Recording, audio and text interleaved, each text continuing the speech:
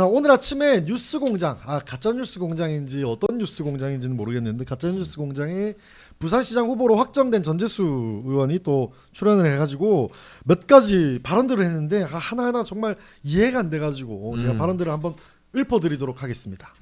자, 제가 국회의원 10년 해보니까 맨날 싸움만 하는 사람이 있고 정말 열심히 일하는 국회의원들이 있다. 어제 뉴스 보고 내가 정말 충격을 받았는데 극우 유튜버도 우리 지역구에 온다고 하고 한동훈 같은 사람들이 제 지역구에 오겠다고 하더라. 저희 지역구에는 싸움하는 사람 말고 열과 성을 다해 지역 주민들과 웃고 울면서 소통하고 일할 수 있는 사람이 와야 한다. 어제 뉴스 보고서 아주 그냥 충격을 받았다라고 했는데 제가 충격입니다. 네. 변호사님은 어떻게 보셨어요? 그래서 저는 갑자기 제가 깜짝 놀란 게 이분이 부산시장 선거 출마한 거 아니었나? 그렇죠. 다시 부산 북갑 선거를 다시 하려고 하나? 사퇴했다가 왜냐 다시. 아무리 그 지역의 현직 국회의원이긴 하지만 곧 사퇴할 사람이고 네. 부산시 전체를 행정해보겠다고 지금 부산시장 선거에 나왔고 경선을 거쳐서 부산시장 후보가 됐잖아요. 민주당 시장 후보가 됐는데 왜 부산시장으로서 후보로서 부산시 전체에 관한 얘기를 하지 않고 부산 북갑에 대한 얘기를 갑자기 하며 또 부산 북갑의 어떤 일에 대해서 얘기를 하는 게 아니라 부산 북갑에 아직 후보로 나올지 확정조차 되지 않은 한동훈 대표에 대해서 언급을 하지. 부산시장 선거를 해 이 사람아 부산 북갑 선거를 하지 말고 이런 생각이 들어요. 그러니까 지금 한동훈 대표가 부산 북갑에 출마하겠다고 확정짓지 않은 상태임에도 불구하고 그 출마를 전제로 이미 부산 북갑 선거가 부산시장 선거를 끌어당기는 이슈 흡입력이 있는 거예요. 그게 믿어지십니까? 부산시 전체를 관할하는 행정가를 뽑는 부산시장 선거가 엄연히 곧 펼쳐질 거고 그게 6월 지방선거 아니에요? 근데 총선도 아니고 이게 재보궐선거 지역구 중에 하나인 부산 북갑 선거. 이제 본인이 4월 30일 전에 나와야 이제 그것도 펼쳐지는 건데 부산 북갑 선거에 대해서 시장 후보로 도전장을 낸 사람이 저렇게 언급을 하고 후보로 확정되지도 않은 사람에 대해서 저렇게 비판한다는 것이 통상적인 일은 아니거든요. 그 얘기는 뭐냐면 부산시장 후보조차 부산 북갑에서 언급해야 기사화가 되고 회자가 되는 거예요. 그만큼 지금 한동훈 대표가 이제 부산 북갑에 몇 번 출몰을 했잖아요. 네. 그러면서 이 부산 북갑이라는 낙동강 인근에 조그만 그 지역구가 전국적인 지금 지역구로 부상을 하게 된 거예요. 관심사로. 그거를 이제 볼 수 있는 아주 극명한 사례라고 할 수 있습니다. 예, 지금 스포트라이트를 굉장히 많이 받고 있습니다. 사실 제가 어제 방송에서도 말씀을 드렸는데 양산에서 나고 자라고 부산에서 굉장히 오랫동안 활동을 하고 지냈었기 때문에 요 덕천 저의 또 군대 가기 전 수년간 지냈던 그 동네라서 되게 그래요?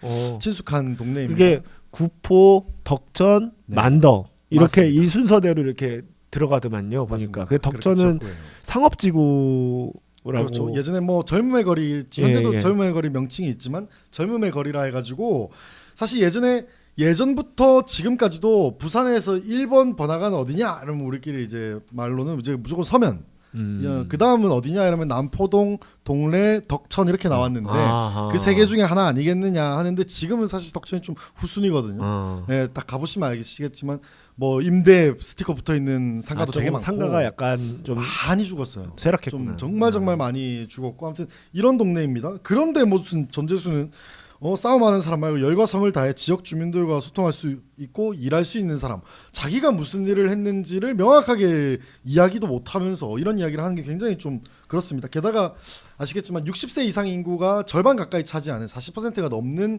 비중을 차지하는 게 북구갑 지역구인데 근데 여기가 또 문제가 뭔지 아세요? 지하철역에서 올라오는 에스컬레이터가 그 부산 18개 지역구 중에 거의 최하위예요. 에스컬레이터가 거의 없어요. 그럼 다 계단입니까? 맞아요. 거의 다 아니면 계단이에요. 엘리베이터로 해서 엘리베이터도 조금밖에 없어요. 그래서 사실 고령 인구가 많고 그러면은 조금 더 그런 시설들이 보다 잘 갖춰져야 되는데 사실 부산 진구 이런 데에 비교하면은 턱도 없이 부족하거든요. 그러면 전재수 의원은 거기서 이제 국회의원을 2번이나 했잖아요. 네.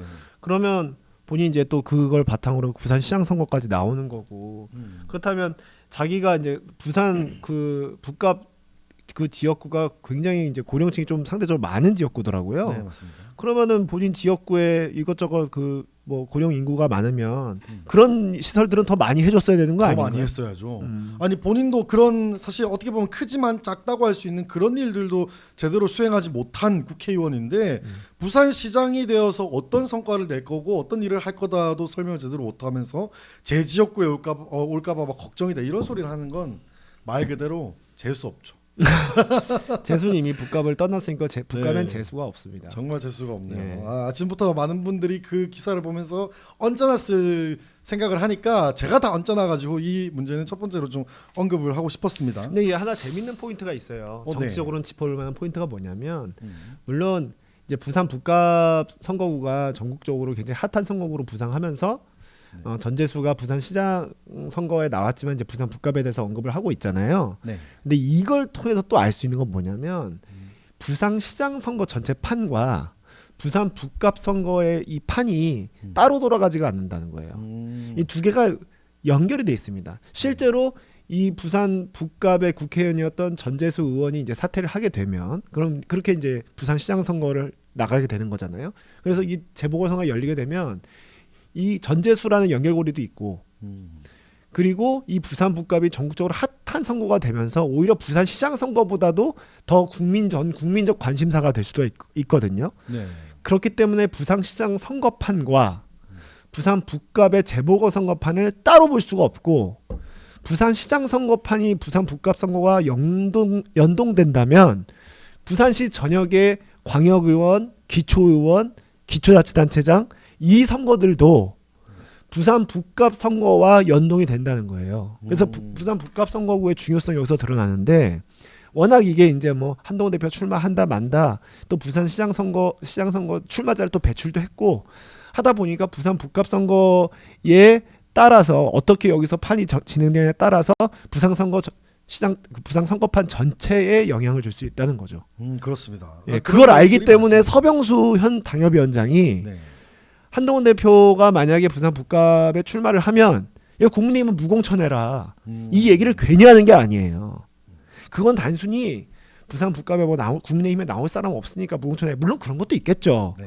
그리고 하지만 이거는 한동훈 대표 개인을 위해서도 아니고 서병수 당협위원장 본인을 위해서도 아니고 부산시장을 영입한 분 아닙니까? 부산시 전체 선거판을 봤을 때 여기서 바람을 일으켜야 된다는 거예요. 그 바람을 일으키려면 국민의힘이 무공천을 해야 그 바람이 일으켜진다는 걸 강조하는 거거든요. 그분이 5선 중진 출신입니다. 부산 아까도 말씀드렸지만 부산시장 출신이고요. 부산시 전체 선거판을 위해서는 부산 북갑 선거가 떠야 되는 거예요. 여기서 뭔가 변화가 시작돼야 되는 거예요. 그래서 그렇습니다. 그런 것들을 이미 서병수 당협위원장 간파를 하고 일찍 그런 무공천 이슈를 띄운 게 아닌가 저는 그렇게 생각하고 있습니다.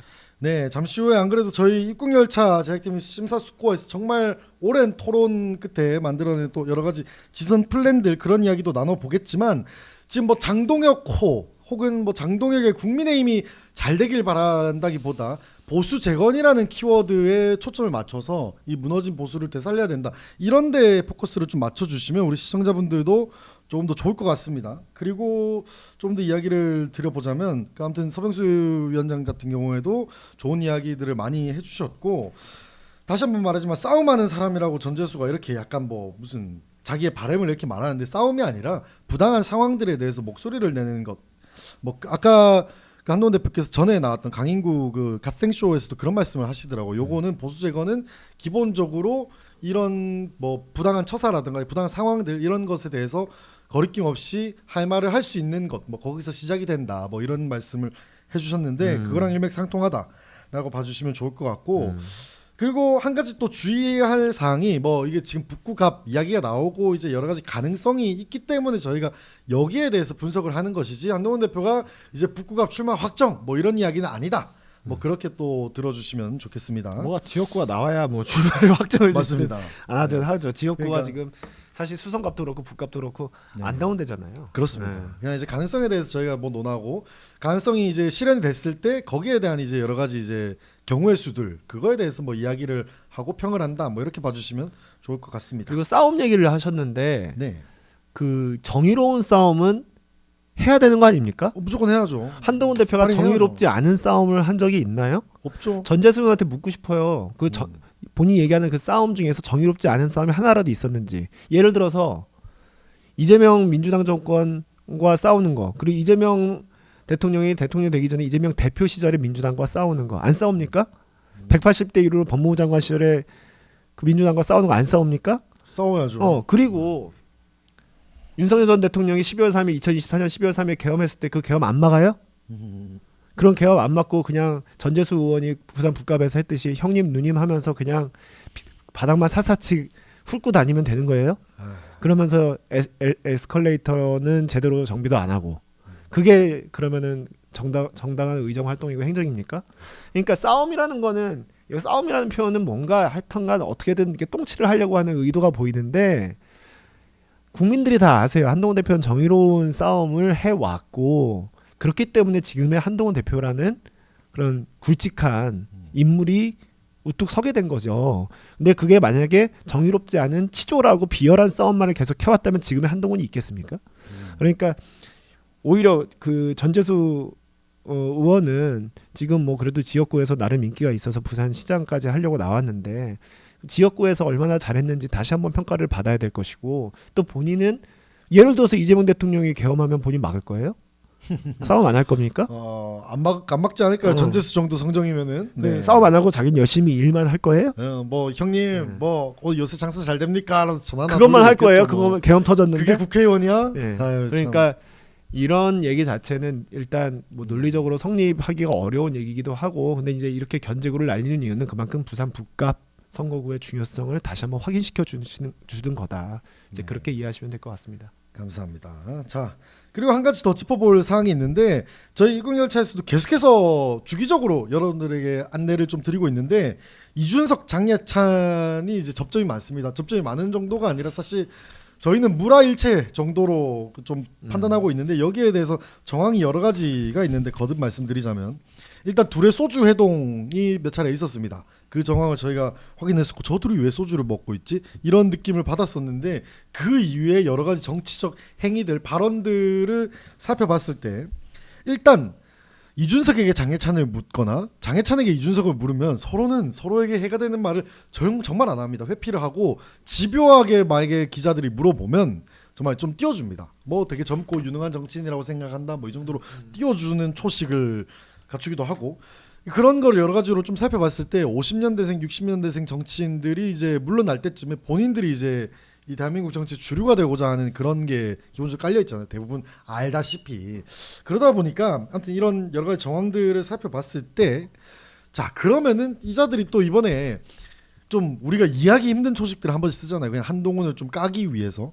이번에 뭐 만약에 혹시 선거구가 뭐 예를 들어서 북구갑에 이제 선거 자리가 나서 이제 한동훈 대표 출마 선언을 한다. 개혁신당에서 막 후보 내고 막 한 5월 한 28일쯤에 단일화 시키고 막 이런 방해 공작도 할 것 같다. 뭐 이런 얘기들도 저희 누구랑 단일화 시키? 국민의힘이 개혁신당이 후보로 돼서 국민의힘 쪽으로 그냥 탁 해주는 거죠. 걔네가 같이 선거운동을 좀 해주고 뭐 그런 수작도 있겠다 싶더라고요. 근데 그렇게 하면 부작용 납니다. 벌써 부작용이 드러나는 게 최근은 아니고 경기 민심경청 로드 할 때 그 김슬기 택배 기사님 아세요? 그 한동훈 대표께서 만났던 택배 종사자 이래가지고 김슬기 씨라고 있는데 여기는 개혁신당 창당 때부터 해가지고 열혈 당원입니다. 택배 택배 열혈 당원이시고 당원도 많이 모아가지고 드리고 아무튼 개혁신당 이준석 대표의 메시지를 되게 열렬히 응원하시는 분인데 최근에 이준석을 되게 공격을 하는 그래요? 메시지를 냈어요. 페이스북에다가 한동훈 대표에 대해서 이준석이 비판을 하자마자 자, 이놈의 종특 또 나왔다. 개혁신당 지지율 떨어질 때마다 한동훈 때리는 초식을 우리 개혁신당 당원들이 모르겠냐. 준석아 그만 좀 해라. 이러면서 엄청 까더라고요. 자꾸 그러면 부작용 납니다. 예? 참 문제입니다, 문제. 아무튼 이런 수작도 있을 것이고 그리고 뒷페이지에 저희가 그 박수영 의원이 갑자기 뜬금없이 자기 SNS에다가 부산 북구 득표율 김문수 50.19, 이재명 41.44 뭐 이것만 해가지고 덩그러니 올려놨어요. 이거 어떻게 좀 보셨어요? 뭐 일단 이준석 그 얘기를 잠깐만 마무리를 하면요. 그것도 말씀해 주시죠. 네. 뭐 이준석 대표의 개혁신당이 장도혁 대표의 국민의힘을 만날 때마다 두 당한테 서로 좋은 일이 별로 없는데 둘은 뭐 얼마 전에도 식사를 했다고 하고 네. 그 예전에 단식 때 만났었잖아요. 단식 네. 투쟁 때도 만났을 때도 그게 별로 그 결과가 좋지가 않았어요. 음. 그런데도 어쨌든 그 두 당은 어쨌든 그리고 장해찬 전 원장도 장동혁 대표랑 가까운 인사니까 이제 같이 묶어서 보면은 이제 개혁신당과 당권파 체제가 장악하고 있는 국민의힘이 가까워지는 게 글쎄 자연스러운 일이긴 하겠지만 서로한테 좋지도 않다 이런 생각은 들고 근데 뭐 좋지 않은 일이라고 자연스럽게 가까워지고 싶어하는 마음을 또 억누르긴 힘들잖아요. 네. 그래서 뭐 그 둘이 가까워지든 말든 저는 크게 관심은 없는데 또 그리고 개혁신당 현재 지지율을 생각해 봤을 때 뭐 단일화를 하든 뭐를 하든 무슨 큰 의미가 있겠습니까? 네, 뭐 그냥 별 의미 없는 건 찻잔 속의 태풍도 아니고 그냥 찻잔인데요. 그 제가 그래도 그래서 좀 조언을 드린다면 단일화하면 손해일 것 같아요. 이게 계속 그 두 당은 그래 왔어요. 가까워지면 가까워지고 서로한테 해가 되더라고요. 네. 그래서 뭐 잘 참고해서 하시는데 뭐 큰 의미는 없겠다는 생각이 들고 박수영 의원이 부산에서 참으로 글쎄요 부산 전체 분위기를 아직 잘 못 읽고 있는 게 아닌가 싶긴 한데 이 페이스북 메시지를 저도 봤습니다. 네. 근데 이건 무슨 뜻으로 보이냐면 부산 북구가 보수세가 센 데다. 오. 그러니까 한동훈 대표가 만약에 부산 북구에 나오면 민주당 좋은 일 시켜주는 거다. 그러니까 나오지 마라. 계속 그냥 협박질을 예, 하고 저는 있는 거네요. 그게 깔려 있다고 봐요. 아니 장해찬도 오늘 글 써가지고 뭐 이렇게 해서 민주당 도와주면은 뭐 역적될 거다 무슨 말도 안 되는 그런 말 얘기를 같은 많이 소리를 해요. 막 합니다. 네. 그건 그냥 사전에 약간 그 무슨 트랩을 깔아놓는 거죠. 자, 야 여기 넣으면 어차피 너 가는데 나갈 거야. 뭐 약간 이런 느낌처럼 협박질 되도 않은 협박질을 하고 있는데 뭐 사실 그런 협박질을 할 때마다 현명한 국민들께서는 아마 현명한 판단을 하고 계실 거라고 생각을 합니다. 네. 뭐 말도 안 되는 협박질이죠. 아니 그럼 본인들이 잘하시던가. 예. 지금 뭐 부당하게 이렇게 쫓아내놓고 지금 그런 이야기를 하는 것 자체가 뭐 이미 버스는 지나갔다. 네. 그리고 사실 좀 두려운가 봐요. 아니면은 그냥 정치권에서 소위 말하는 약간 병먹금이 많잖아요. 그러니까 약간 본인이 생각할 때 본인의 정치적 정적을 언급하지 않으면서 그렇죠. 이렇게 좀 지나가는 경우, 무시하는 경우, 애써 외면하는 경우가 많은데 엄청 신경 쓰이나 봐요. 진짜 아니 왜 이렇게 신경들을 많이 써? 그렇게 걱정돼요 뺏길까 봐. 근데 이거는 단순히 네. 뭐 국민의힘의 당권파들이나 아니면 박수영 의원뿐만 아니라 네. 그건 정말 이 부산 북갑이라는 이 지역구가 왜 이렇게 뜨냐면 물론 한동훈 대표가 출마할 가능성이 있는 지역구이기 때문이기도 하지만 여기에 조국 혁신당 대표인 조국 네. 대표 조국 대표도 온다 안 온다 올까 말까 고민하는 모양새를 보였다가 지금은 좀 많이 마음이 멀어진 것 같기도 하고 근데 또 막상 갈 데가 없어 또 올 것 같기도 하고 막 이런 상황이란 말이에요. 네. 그리고 그 지금 청와대 AI 수석을 맡고 있는 하정우 네. 수석. 하정우 수석도 본인은 오고 싶어 하는 것 같은데 대통령은 말리는 것 같기도 하고 말리는 척하면서 띄워주는 것 같기도 하고 그러다 보니까 또 다시 오고 싶어 하고 이러면서 또 올락말락 조국 대표도 올락말락 그러니까 다들 이 부산 북갑에 대해서 왜 이렇게 다들 간을 보는 거예요?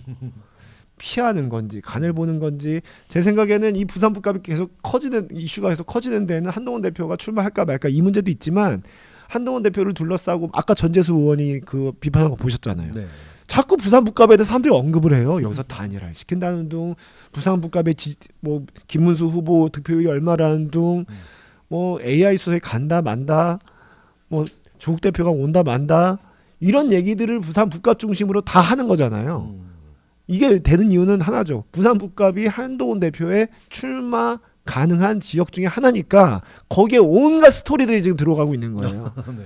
근데 이럴수록 판은 커져요. 저는 이럴수록 나쁠 게 없다고 봅니다. 아니 근데 말씀 듣다 보니까 그 생각이 들어요. 전재수 요즘 좀 쫄릴 것 같아요. 왜냐하면 지금 북구갑이 엄청나게 스포트라이트 받고 있잖아요. 그 본인이 이제 여의도 국회의사당안에 들어와 있을 때는 부산의 유일한 민주당 의원이다 이래가지고 약간 그런 스포트라이트만 받았는데 지금 이제 북구갑이라는 지역 자체가 스포트라이트를 받다 보니까 전재수보다 북갑이 더 유명해요. 그러니까 지금 이제 본인이 얼마나 의정 활동을 허술하게 했는지에 대해서 점점 드러날까봐 네. 좀 마음 졸일 것 같아요. 아니 아까 말씀드렸다시피 제가 15년 전이죠. 그러니까 제가 10년도 넘었죠. 제가 덕천에서 엄청 열심히 놀고 할 때는 완전 삐까뻔쩍했어요. 예를 들면 일례로 그 우리 그때 당시엔 제가 20살 21살이니까 이제 형님 삼촌들은 이제 부산에 나이트 클럽 하면은 구포 이래가지고 구포에 나이트가 제일 많았어요. 아 그래요? 네. 자 근데 생각해 보면 전국적으로 봐도 나이트가 제일 많은 동네가 그 동네 1번이에요. 지금 서울에도 압구정 쪽에 가야 나이트 클럽이 좀 있고 뭐 약간 그렇잖아요. 그런 것처럼 약간 구포 덕천이 그때 진짜 짱이었거든요. 근데 지금 가보면 정말 네 좀 그렇습니다. 예, 뭐 가보시는 분들은 충분히 아시겠지만, 하여튼 그래서 전재수가 마음이 많이 졸이지 않을까. 이 북구가 나 이거 정말 속된 말로 뭐 다 들통나고 뽀록 나는 거 아니야? 뭐 이런 생각을 할 것 같습니다. 네. 아무튼 많은 분들이 맞습니다 뭐 이렇게 하고 있습니다. 북구가 한동훈이 더 유명. 아니 아까 방송에서 그런 말씀하시더라고요. 자꾸 그 이제 그 강인구 진행자께서 이렇게 뭐 북구가 출마 안 하냐 이렇게 하니까 뭐 제가 그렇게 단정지어서 말씀드릴 수는 없는데 뭐 지금 충분히 뭐 어느 정도 투명하다고 생각합니다 뭐 이런 느낌으로 말씀을 하시더라고요. 네, 아무튼 뭐 항상 읽기 쉬운 마음, 읽기 쉬운 마음, 투명한 마음, 네, 그런 것들로 표현을 해주고 계시지 않나. 그 읽기 쉬운 마음이 노래 가사인 건 아시죠? 예. 잔나비 노래 가사. 맞습니다. 읽기 쉬운 마음. 읽기 쉬운 마음이야. 야, 뭐 맞죠. 네, 약간 맞아요. 그런 느낌으로 여러분들도 다 이해하실 것 같습니다. 그 다음에가 당신도 쓱 훑고 가셔요.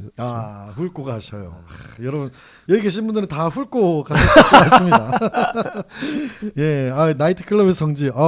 나이트 구포 저도 짱이었다요. 많이 다니셨나요? 네. 다들. 그때 약간 이런 거 있잖아요. 나이트 클럽 입구에 막 무슨 그 약간 뭐라 해야 되나?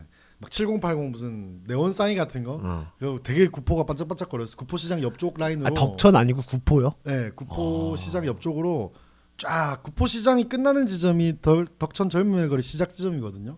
약간 그 사이쯤에 이렇게 쫙 있었어요. 강변을 따라가지고. 네, 아무튼 그런 느낌이 있었습니다. 여기 보니까 모르시는 분이 계시네 그 노래를. 그래요? 잔나비라고. 뭐죠? 되게, 그 노래 제목이?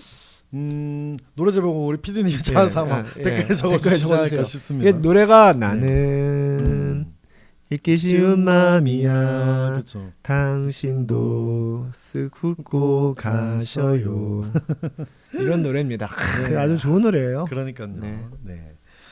맞습니다. 자, 그러면은 이제 요 지방선거 이야기를 계속 좀 드려볼까 싶은데, 요거는 저희 입국열차는 방송에서도 종종 말씀을 드렸습니다만은 방송을 준비하기 위해서 정말 이 소위 말하는 정치 고고 관여층이 머리를 맞대고 정말 많이 고민을 하고 토론을 하고 여러 가지 결론을 도출해내고 이런 식으로 준비를 하는데, 뭐 변호사님도 아시겠지만 저희 또 그 입국열차 핵심 관계자 입핵관이 한 분 계신데 그분께서 여러 가지 이제 의견을 좋은 고견을 많이 주십니다. 근데 그분이 좀 놀랐어요. 최근에 김종혁 경기도지사 출마설 어제 밭글로 막 돌아가지고 어제 김종혁 최고 출연하셨다가 끝나고 기자들 전화를 엄청 받았어요.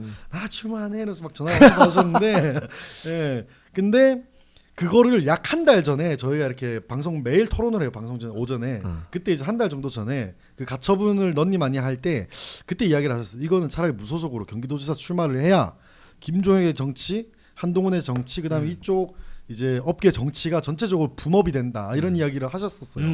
거기에 대해서 근거도 쫙 말씀을 해주시고, 왜냐하면 수도권에서 이렇게 깃발을 흔들고 그러면은 스포트라이트가 글로 뺏기는 게 아니라 오히려 한동훈의 스포트라이트가 더 생기고 이쪽 개혁의 바람이 더 분다 이런 주장이었거든요.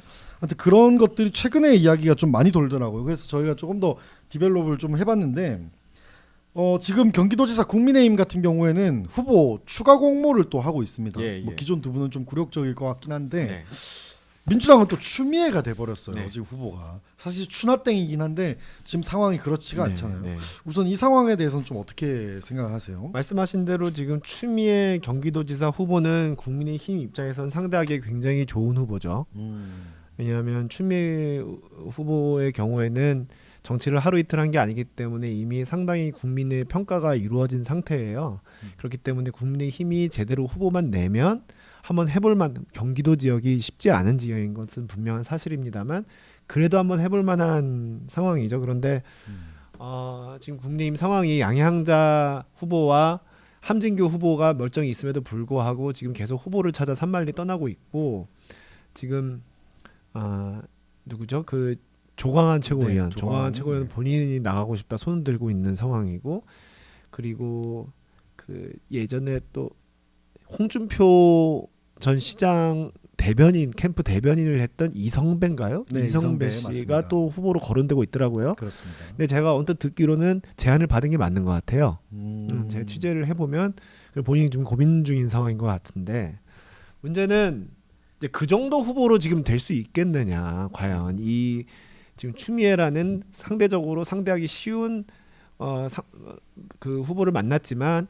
지금 거론되고 있는 그 정도 수준으로 과연 이게 경기도 선거를 이길 수 있겠느냐라는 그런 의구심이 있고, 그런 과정에서 사실 경기도 지역 일부 당협위원장들이 김종혁 전 최고의 출마를 원하는 거는 분명한 사실입니다.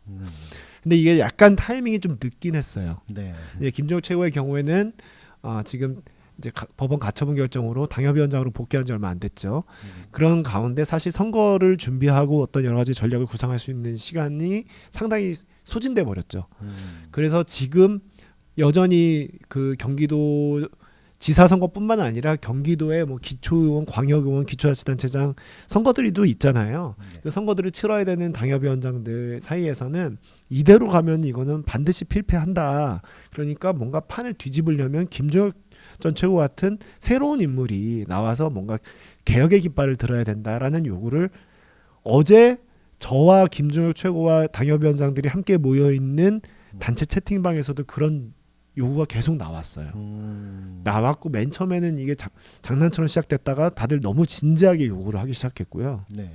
그런데 김종혁 전 최고가 이제 그래서 이제 그런 내용이 여기저기 퍼졌고, 그래서 전화도 많이 받은 모양이던데, 근데 본인은 이미 그 상당 기간 그 법원 가처분을 하는 과정에서 시간을 많이 소진해 버렸기 때문에 또 선거를 대충 그냥 아무 준비도 없이 그냥 불쑥 나가는 건 또 경기도민에 대한 예의가 아닌 것도 있거든요. 아마 그런 점에서 많이 고심을 하고 계신 것 같더라고요. 네.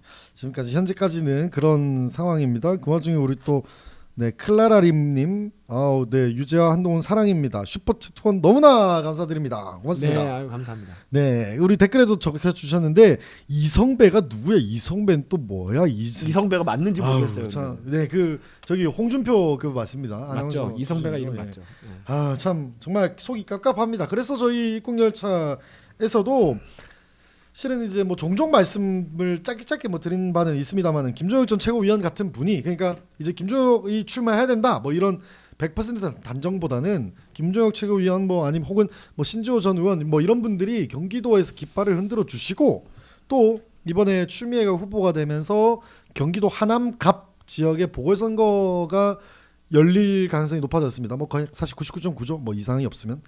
그 국회의원 보궐선거에서도 뭐 김경진 위원장 같은 분들이 이제 깃발을 흔들어 주면 정말 서울 곳곳, 경기도 곳곳에서 전국에 울려 퍼질 수 있는 이런 바람이 불지 않을까. 사실 지금 배현진 의원의 예시를 한번 들어보면 배현진 의원 같은 경우 서울시당 위원장으로 지금 기염을 토하고 계시지 않습니까? 네. 그게 사실 뭐 장동혁이 잘 되길 바래, 장동혁 지도부가 잘 되길 바래서, 국민의힘이 잘 되길 바래서라기보다 정말 보수 재건을 위해 한 명의 약간 기수가 되어서 깃발을 흔들고 계시다라고 저희는 판단을 하고 있습니다. 그런 예시처럼 정말 곳곳에서 영향력 있는 많은 분들이 좀 깃발을 흔들어 주셨으면 하는 바람에 이런 주장을 저희가 또 펼쳐 봅니다. 사실 뭐 이제 한 줄로 또 정리를 해보자면 한동훈 원맨 쇼가 아니라 정말 이 보수 재건을 갈망하는 많은 영향력 있는 분들이 곳곳에서 이렇게 바람을 좀 불어 넣어줘야 된다. 뭐 이렇게 표현을 할 수 있을 것 같은데, 뭐 이런 것들, 이런 저희의 주장들에 대해서는 어떻게 좀 생각하세요? 그게 가장 이상적이긴 해요. 네. 실제로 뭐 더운 여름에 뭐 방을 시원하게 하려면 출력이 좋은, 성능이 좋은 큰 에어컨 한 대가 있는 것도 좋지만 네. 여기저기 조그마한 크기가 다양한 선풍기들을 켜놓으면 네. 그 에어컨의 차가운 바람이 여기저기 막 퍼지면서 훨씬 시원해지거든요. 훨씬 시원해지죠. 이제 그런 것처럼 이게 이제 뭐 한동훈 대표가 어디에 출마를 하든 만약에 출마를 해서 거기서 바람을 일으키면 네. 그 바람이 전국적으로 퍼져서 그게 보수 진영 전체에 이렇게 널리 이익이 되는 방향으로 이게 이제 효과를 발휘하려면 한동훈 대표뿐만 아니라 다양한 주자들이 네. 나름의 깃발을 들고 여기저기서 호응을 해주는 게 가장 이상적이거든요. 음. 근데 아쉽게도 네. 지금 상황에서는 그럴 시간을 상당 부분 저희는 좀 실기했다고 생각해요. 음. 현실적으로. 그러니까 예전에 이제 그런 논의가 처음 나왔을 때부터 그런 구상을 체계적으로 했으면 지금쯤은 어느 정도 그게 뭐 사실 컷오프가 된다 안 된다 그건 중요하지 않다고 생각해요. 네. 그거는 오히려 컷오프 된다는 것 자체가 또 다른 하나의 음. 또 불씨가 될 수도 있는 거기 때문에. 그렇죠. 근데 어찌 됐든 선거라는 거는 저도 선거를 나와봤지만 네. 이게 본인의 마음의 결심뿐만 아니라 여러 가지 사전적인 준비가 좀 필요합니다. 조직적인 준비도 필요하고 게다가 지금 물론 이제 경선 만약에 국민의힘으로 나간다면은 경선을 네. 막 컷오프 되지 않을 경우에 경선을 전제로 해야 되는데 그러려면 당원 경선이기 때문에 또 그것도 준비가 필요해요. 그러니까 그냥 이름 한번 알리겠다. 그냥 내가 그냥 출마해서 나도 보수의 어떤 보수 재건의 깃발을 들고 나도 뭔가를 해보겠다라는 것만으로는 국민들한테 그 진정성이 와닿지 않죠. 사실 하려면 대차게 붙어야 되는 거고 제대로 준비해서 끝을 보겠다는 생각, 당선되겠다는 생각으로 하는 거지 여기저기 구색 맞추기식으로 하면 안 되는 거잖아요. 오히려 네, 역효과 그렇죠. 나거든요.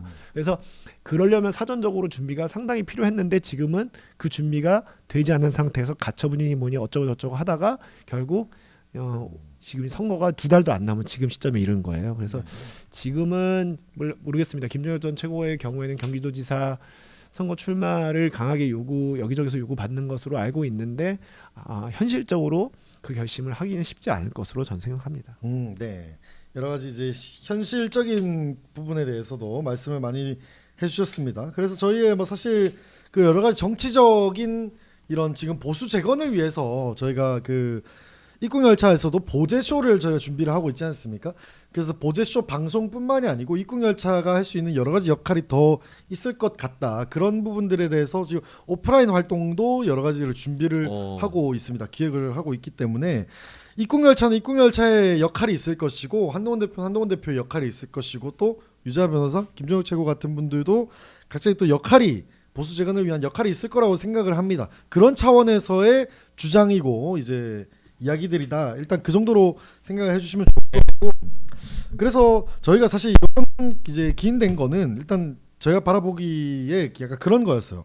한동훈 대표가 사실 보수 재건의 구심점이다라고 생각하는 데는 아마 이견이 없으실 것 같습니다. 그래서 보수 재건의 구심점이 되는 한동훈 대표의 이번에 이제 그 지방선거에서 보궐선거를 통한 원내 입성 그것이 일단 첫 번째 발판이 될 것이라고도 저희가 충분히 생각하고 있고 거기에 덧붙여 가지고 조금 더 이런 바람이 일어났으면 좋겠다라는 생각인데 그래서 사실 지금은 모두가 정말 모든 세력이 다 한동훈 대표의 이런 여러 가지 이제 다음 스텝은 무엇일까만 초점을 맞추고 있잖아요. 요거를 이제 저희가 지문제에도 표현을 이런 식으로 해뒀어요.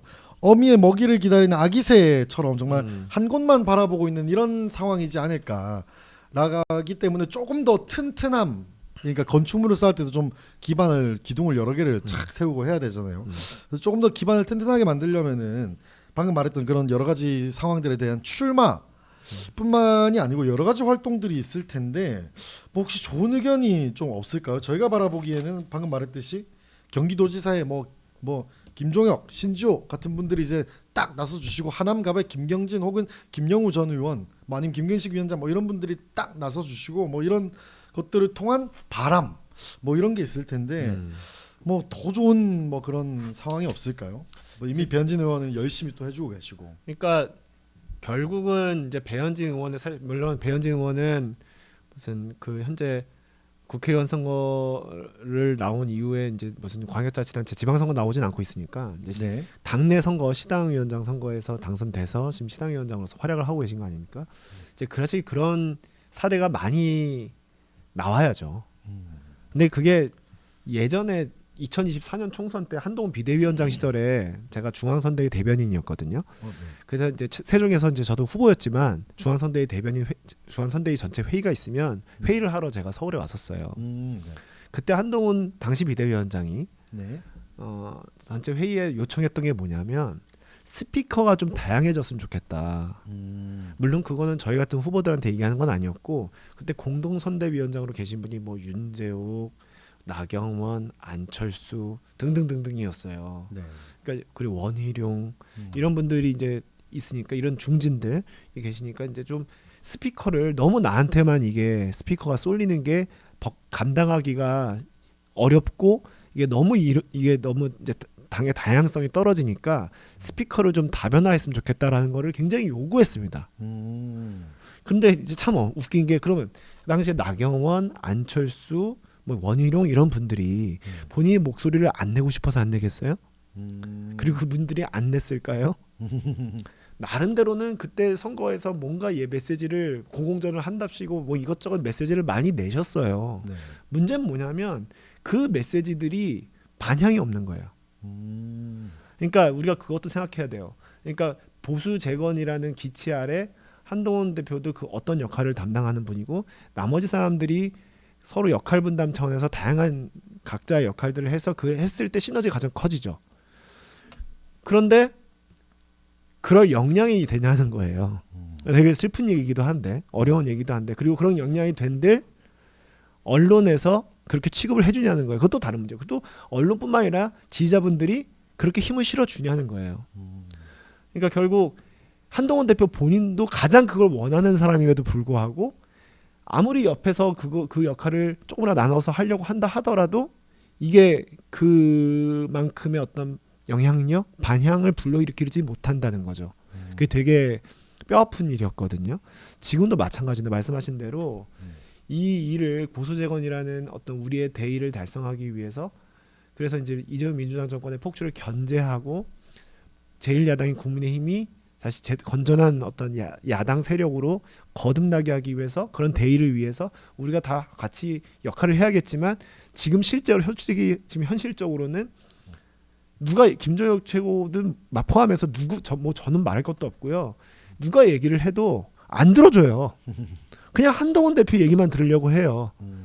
언론이 그렇고 네. 그리고 지지자분들도 거기에 가장 강하게 반응을 해요. 그렇죠. 그러면은 이제 이게 낙수 효과라고 하잖아요. 제가 좋아하는 이제 박상수 변호사님은 그걸 낙수 효과라고 그러는데 차라리 한동훈 대표는 또 온갖 공격을 혼자 다 받잖아요.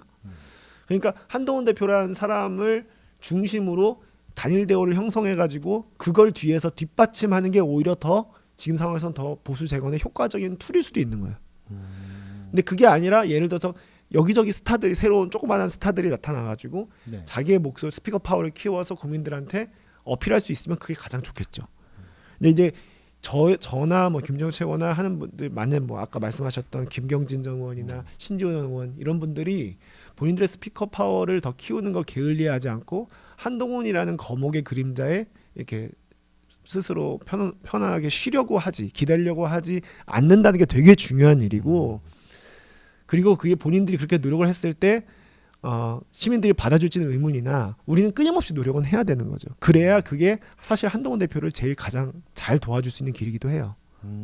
그렇습니다. 굉장히 어려운 문제예요. 근데. 맞아요. 이게 굉장히 좀 난제입니다. 그렇기 때문에 제가 너무 좋아하는 말이 있어요. 어떠한 이제 문제가 발견이 되면 솔루션을 위해서는 뭔가 이거 하면 돼, 이거 하면 그거 다 해결돼 이런 문제는 없습니다. 여기서 이런 걸 치료를 하고 이런 약도 넣고 이런 심도 있고 막 아무튼 여러 가지 처방이 복합적으로 좀 들어가야 이런 큰 문제를 해결을 할 수가 있습니다. 그렇기 때문에 정말 많은 분들이 좀 노력을 하고 있고 저희 입국열차의 역할, 아무튼 많은 분들의 스피커 역할 이런 것들이 각자 정말 각자의 자리에서 잘 하고 있지만 더 부단히 더 창의적으로 나아가 보자 뭐 이런 차원이라고 생각해 네. 주시면 좋겠습니다. 뭐 댓글에 어떤 분이 뭐 무슨 또 가발 못 쓰게 했나 보네. 많은 분들이 또 발끈하고 계신데 제가 실질적으로 그런 거 많이 막 조롱하는 친구들 밖에서 만나가지고 이야기를 한번 들어봤어요. 그 친구들은 일단 논리가 없어요. 막 와가지고 한동훈 가발 어떻게 생각해요? 뭐 이런 얘기를 해요. 약간 논의 편인데 그래서 제가 그랬어요. 가발이면 어떻고 아니면 어떠냐? 한동훈이지. 야 그리고 만약에 그게 만약에 신체적으로 뭐 결함이 있어서 뭐 그런 거를 이제 너희가 조롱을 하는 거라면 난 너희를 그냥 사람 취급 안 하고 싶고 그런 인신공격하는 사람들을 가까이 두고 싶지 않다. 만약에 그게 패션의 문제다라고 했을 때는 정치인들이 당연히 유권자들이고 시민들 국민들 보다 더 이제 핸섬하게 하기 위해서 너희도 미용실 다니고 여자들 너희도 화장하고 다니는데 그게 무슨 상관이야 이런 얘기들을 늘 합니다. 근데 사실 너무 입 아프죠. 그러니까 그냥 상대를 안 할 뿐인데 꼭 이런 데 와가지고 그런 거 한마디씩 보채는 애들은 무슨 심리인지 정말 궁금하네요. 그냥 참. 뭐 그 욕하면서 느껴지는 카타르시스가 있어요. 아, 그냥 막무가내로 욕하면서 그건 뭐 어떤 정치적인 어떤 논쟁을 하려고 하는 게 아니라 네. 그냥 이제 배설을 하면서 느껴지는 카타르시스를 느끼기 위해서 이제 혼자 하는 행위라고 생각하고 그냥 내버려 두면 어떨까. 네, 우리 피디님도 그 정치적 비판을 하는 분이 계시면은 저희가 댓글 보면서 이렇게 충분히 소통할 수 있는데 그렇게 막연하게 조롱하는 친구들이 있으면 이제 얄짤없이 강퇴를 해주시면 좋겠습니다. 자, 그리고 그러면은 그 이제 경기도지사 이야기를 조금 더 해보면은 제가 또 괘씸한 분들이 안철수, 김은혜. 이 두 사람은 정말 좀 괘씸하지 않습니까? 평소에 얘가 경기도지사 하면은 군침도 흘리고 실질적으로 출마도 했던 사람이고. 그런데 안철수 의원이 경기도지사 출마했었나요? 아니요, 김은혜가 그렇죠. 출마를 했었죠. 김은혜 출마를 했었고 했었죠. 안철수 같은 경우에도 군침을 흘렸었고 그랬던 분들인데 지금 경기도지사 완전 선 긋고 있잖아. 괜히 나갔다가 저 본인들도 죽는 걸 아는 거죠. 그러니까 배지만 떨어지고 당선 안 될 걸 아니까 그냥 움츠리고 있는 건데 난 지금 내 역할이 있다 이러고 있는 거잖아요. 근데 엄청 비겁하고 얍삽하지 않습니까? 아니 그러면은 본인들이 나가면 죽는다는 걸 안다는 건 지금 당이 비정상이라는 걸 안다는 소린데 그럼 거기에 소신 발언을 하던지 아니면은 멋있게 출마를 하던지 이것도 아니고 저것도 아니고 그냥 죽긴 싫고 연명은 하고 싶고 지금 딱 그런 상황 아니에요. 이런 사람들 어떻게 생각하세요? 진짜 혼을 내버려야 돼 아주 그냥. 뭐 하는 거예요 진짜. 이분들 이분 혼내는 방법은 유권자들이 심판해 주는 수밖에 없는데 네.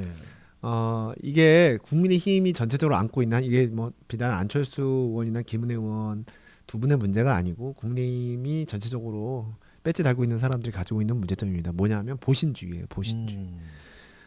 계엄이라는 그런 그 천인공노한 사태가 있었음에도 불구하고 보신주의가 한동안 이어지고 있고 지금도 마찬가지죠. 그래서 목소리를 안 내요. 네. 생각이 다 또 그렇지는 않아요. 근데 목소리를 안 내고 그 중에서 좀 심한 사람들은 이제 계엄 옹호하는 취지의 목소리를 내는 거죠. 근데 이런 보신주의가 왜 이 보수 정치를 좀먹냐면 지금 보수가 사실 굉장히 밀리는 상황이거든요. 2016 그러니까 이건 단순히 윤석열 전 대통령의 문제가 아니라 2016년 총선 이후 사실 정당의 기초 체력은 총선에서 이기는 거예요. 2016년 이후 보수 정당 한 번도 이긴 적이 없습니다. 10년 동안. 그러니까 지금 제가 봤을 때 이 국민의힘이라는 정당의 기초 체력은 굉장히 허약해져 있는 상태예요. 그렇다면 이제 어떻게 표현할 수 있냐면 주변이 다 깡깡 얼음으로 둘러싸여서 이제 사면 초과인 상황이란 말이에요. 이럴 때는 더 이상 위축될래야 위축될 수가 없어요. 보신주의에 빠져 있으면 움직일 곳이 한 군데도 없어요. 빠져나갈 곳이 없어요. 사방이 얼음이라. 근데 이때는 얼음을 강하게 뚫고 나가는 쇄빙선 역할을 하는 누군가가 있어야 되거든요. 없는 길을 만들어야 되는 상황이에요. 근데 그런 걸 하려면 상처도 많이 받고 욕도 많이 먹고 그리고 실패해서 정치 생명도 오락가락하고 그런 위험을 감수해야 돼요. 보신주의에 반대되는 말이죠. 네. 그러니까 도전할 줄 알아야 되는 거거든요. 그렇죠. 사실 그런 도전하는 그 프론티어 정신 그런 것들이 사실 보수의 핵심 가치였거든요. 그러니까 단순히 어떤 현재 안정적인 질서를 지키기 위해서뿐만 아니라 이것을 지속 가능하게 만들기 위해서 위험을 감수하고 자기 책임하에 도전하는 게 보수의 미덕이었거든요. 네. 근데 이제 그걸 하지 않기 시작한 거죠. 그래서 지난 10년간 보수는 잃어버린 10년이 돼버린 거예요. 예. 그런데 이거를 그나마 몸을 던지고 배팅을 하고 도전을 하고 너도 와라 나랑 붙자 하면서 하고 있는 사람들이 조금씩 생겨나고 있고 그 대표 주자로 한동훈 대표가 있는 거고 조금씩 그렇게 노력하고 있는 다른 사람들이 이제 생겨나고 있는 것 같아요. 그래서 결국 그런 분들의 노력으로 인해서 이제 우리는 이제 새로운 보수의 영토를 다시 한번 이제 개척해 나가게 될 텐데 이 김은혜 의원이나 안철수 의원은 죄송하지만 너무 국민의힘의 의원스러워요. 보신주의에 너무 빠져버려서 현재 저는 국민의힘에 배지 달고 있는 분들한테 기대할 건 많지 않다고 생각합니다. 네, 너무 대부분 다 안타깝죠. 그렇죠. 지금 몇 명 없지만 100명 좀 넘습니다. 정말 하지만 너무나 기대가 되지 않는 라인업이고 이런 분들은 우리가 2년 뒤에 정말 보수의 새 영토가 펼쳐질 때 좀 어느 정도 정리가 돼야 되지 않을까. 많은 분들이 그렇게 공감을 하실 것 같아요. 네. 그리고 그 이야기를 잠깐 드려보고 싶은데 장동혁이 이제 이달 중순에 미국에 갑니다. 14일인가요? 미국에 가서 상하원 의원들을 좀 만난다고 하는데 이건 뭐 무슨 홍준표 어게인도 아니고 본인 입지가 대한민국 영토에서 더 이상 맥히지 않으니까 장해찬이라는 미친 개를 풀어놓고 미국으로 가서 트럼프 만나는 신용을 해서 극우들을 달래려고 하는 것이 아니냐. 아, 트럼프 못 만나죠. 라는 것이 트럼프 근처로 그러니까 못 만나죠. 측근 그러니까 이 틀 안 그들이 가장 푸는 좋아하는 말이죠. 트럼프랑 땡땡 관계에 있는 사람 트핵관. 트핵관을 만나기 위해서 이렇게 가는 거 아니냐. 그래가지고 그구들한테 지금 그구들이 전환길도 그러잖아요. 이제 제도권 내에서 우리가 윤석열을 지킬 수 있는 방법이 없다. 우리는 시민단체를 결성해서 미국과 트럼프의 개입을 간절히 염원해야 된다. 이런 이야기를 전환길이 하고 있어요. 그런 것처럼 매국노네요. 네, 그렇죠. 그런 거를 지금 약간 노리고 본인의 지지층을 좀 단단하게 굳히려고 하는 게 아니냐. 뭐 이런 관측을 조심스럽게 좀 해보는데 장동현 미국 도대체 왜 가는 것 같으세요, 변호사님은? 아, 저는 갈 데가 없으니까 가능한 것 같은데. 갈 데가 도저히 그러니까 대한민국 땅에는 이제 없으니까. 아유, 실제로 근데 저는 네. 그 지방선거가 펼쳐지는 전국을 무대로 네. 활개치지 않고 있어서 참으로 다행이다.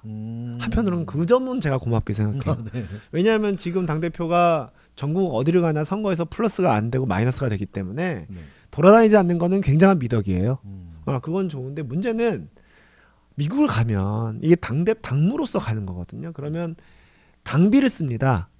이 당비는 우리 당원들의 내신 소중한 그 돈과 그리고 나라로부터 받은 정당 보조금으로 그 정당의 재원이 그 구성되거든요. 네.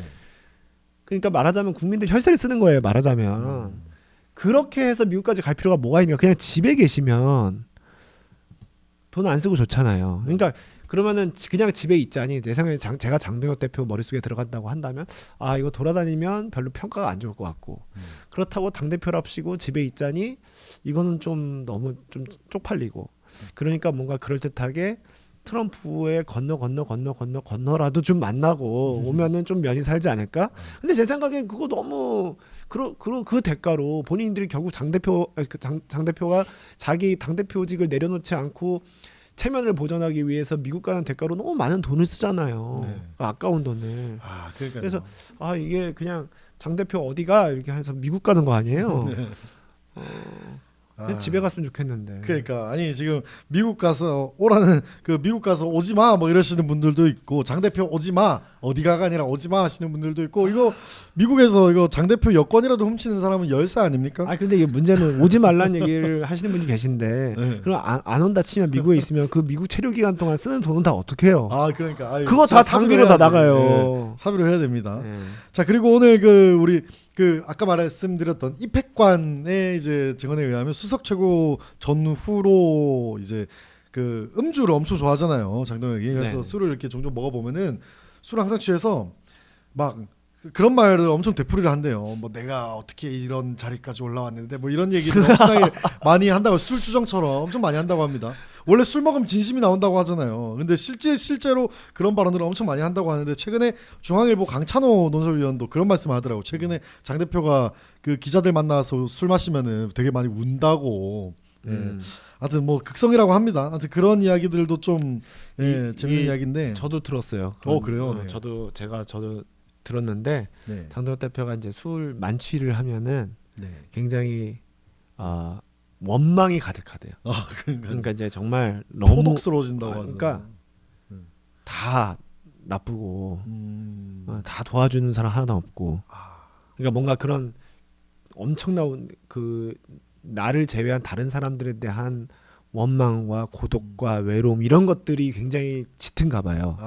기본적으로 엄청 깔려 있나 보네요. 예, 그게 지금 굉장히 그러니까 본인이 사면 초과의 상황에서 운신의 폭이 너무 많이 좁혀졌다는 거를 아마 알고 있는 것 같습니다. 그래서 이제 장동혁 대표를 아끼는 사람들은 그러게 왜 그 독약을 마셨냐. 근데 지금은 토해낼 수가 없죠. 이미 독약은 마셨고 너무 많이 가버렸기 때문에 저도 예전에 제가 개인 방송인가 어느 방송에서인가 제가 그런 말씀을 드린 적 있어요. 니마 그 강을 건너지 마오. 저도 한때는 장동혁 대표랑 같이 친한계에서 이렇게 서로 안면도 두고 그렇게 지냈던 사이인데 어느 정도까지는 이해를 하지만 그 선을 넘어가지 말라. 물론 제명 훨씬 전이었죠. 한동훈 대표에 대한 제명 훨씬 전이었는데 그 선을 넘어가지 말라고 얘기를 했는데 결국 그 선을 훌쩍 넘어가 버렸어요. 그래서 지금은 다 자기 업보죠. 자기 책임이고. 그래서 이제 책임을 져야 할 시간입니다. 네. 미국 갈 시간이 아니고. 그렇습니다. 타임머신이라도 타지 않는 이상 더 이상 뭐 되돌릴 수 있는 방법은 없고요. 아까 그 매국노 이야기도 해주셨는데, 자, 아니 기본적으로 아까 프론티어 정신도 말씀해 주셨는데, 보수가 지녀야 할, 그리고 지향해야 할 가치 중에 하나는 법치주의입니다. 법을 존중하고 사법을 존중하는 그런 태도가 기본적으로 견지돼 있어야 하는데, 이 구구놈들은 기본적으로 이 법치주의가 붕괴가 돼 있어요. 무슨 트럼프가 개입해가지고 요 국정에, 우리 대한민국 국정에 개입을 해서 뭐 이재명을 미국으로 체포해가야 된다 이런 소리를 하고요. 지금 이제 북갑 이야기가 서명수 의원의 그런 국민일보 기사가 나온 이후로 얘네들 유튜브에서 어떻게 하면 한동훈을 회방 놓을 수 있을까 이런 이야기들을 자기들이 주고받고 있습니다. 이거 선거법 위반이라는 게 굉장히 무서운 거잖아요. 그렇죠? 네. 얘네들은 그런 개념이 일단 기본적으로 없어요. 뭐 서부지법 난동자들을 뭐 옹호하지 않냐, 뭐 기본적으로 법이란 개념이 없고 본인의 옳음만을 쫓는 그런 느낌이에요. 그러니까 극우와 네. 극자가 통하는 점이 바로 거긴데요. 네. 극우와 극자 모두 똑같이 제도와 네. 시스템을 부정합니다. 아, 그러니까요. 그러니까 극좌는 혁명을 원하잖아요. 네. 기존에 있는 어떤 우리가 약속한 틀 이런 것들을 다 붕괴시키려고 하는 성향을 가지고 있어요. 극우는 뭐냐면 힘의 논리, 약육강식의 세계를 지향합니다. 그렇기 때문에 강자가 약자한테 함부로 하지 못하도록 우리가 룰을 만들고 규칙을 만들잖아요. 네. 그런 것들을 다 무시하죠. 그렇기 때문에 힘이 센 사람이라면 항공모함을 가진 미국이라도 데리고 와야 되는 거예요. 힘에 대한 맹목적인 추종, 대통령이 가진 개헌권에 대한 무제한적인 확장, 이런 것들을 인정하자는 게 극우의 심성이에요. 그러니까 힘센 놈이면 그러면 뭐 예를 들어서 뭐 남성이 여성보다 아니면 무슨 유전자를 가진 사람이 그런 유전자를 가지지 못한 사람보다 우월하다? 그럼 얼마든지 죽여도 되고 억눌러도 되고 핍박해도 되는 거죠. 그게 구우적 사고거든요. 그래서 지금 이 왜 이렇게 법치주의나 뭐 서부지법 폭동이라든가 아니면 지금 이번에 가처분 결정 인용 이후에 법원에 대한 공격이 이루어지느냐, 그 바탕에는 기본적으로 속칭 얘기하는 힘에 의한, 그러니까 제도나 시스템이 아니라 힘에 의한 정치를 숭배하는 그들의 어떤 윤석열 노선, 윤석열 정신이 깔려 있는 거예요. 윤석열 정신. 계엄도 딱 그거거든요. 맞아요. 내가 군대를 동원할 수 있는데 뭐 다 쓸어버려 방국 내가 가세요. 대통령인데. 내가 대통령인데 뭘 못해? 내가 이게 다 내가 힘인데. 그러면 힘은 그냥 무제한적으로 휘두른다. 헌법이라든가 법이 정해놓은 테두리 밖에서 힘을 다 휘두른다. 이제 그런 거거든요. 그래서 그런 구우적 사고가 지금 아직까지도 이제 잔재가 지금 국민의힘에 남아 있는데 조금 있으면 이제 다 쓸려 나갈 겁니다. 네, 그렇습니다. 자, 어느새 또 시간이 이렇게 되어 버렸는데 너무나 유익한 시간이 너무나 빠르게 지나가 버렸네요. 우리 댓글에도 극우 정말 징글징글하다, 요즘 느낀 거 극좌보다 극우가 더 나쁘다는 거 정말 나쁩니다. 계엄은 내란이 아니다 하면서 야, 대통령이 대빵이고 대한민국 1번인데 무슨 대통령이 쿠데타냐 뭐 이런 이야기를 합니다. 그런 사람들에게 제가 막 물어봤죠. 삼권 분립이 뭔지는 아세요? 이재명 정부가 사법부를 이렇게 때리는 이런 법안들에 대해서 너희는 왜 비판을 하고 있느냐. 삼권 분립에 대해서 기본적으로 이해해야 될 거 아니냐.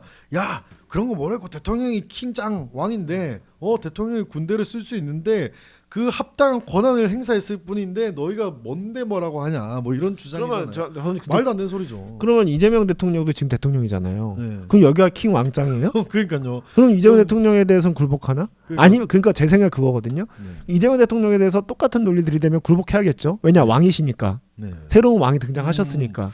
근데 굴복하거나 아니면 전복해야겠죠. 그러니까 극자인 거예요. 그러니까 이게 극우랑 극자는 한 끗 차이예요. 진짜 한 끗 차이죠. 네. 종이 한 장 차이입니다, 여러분.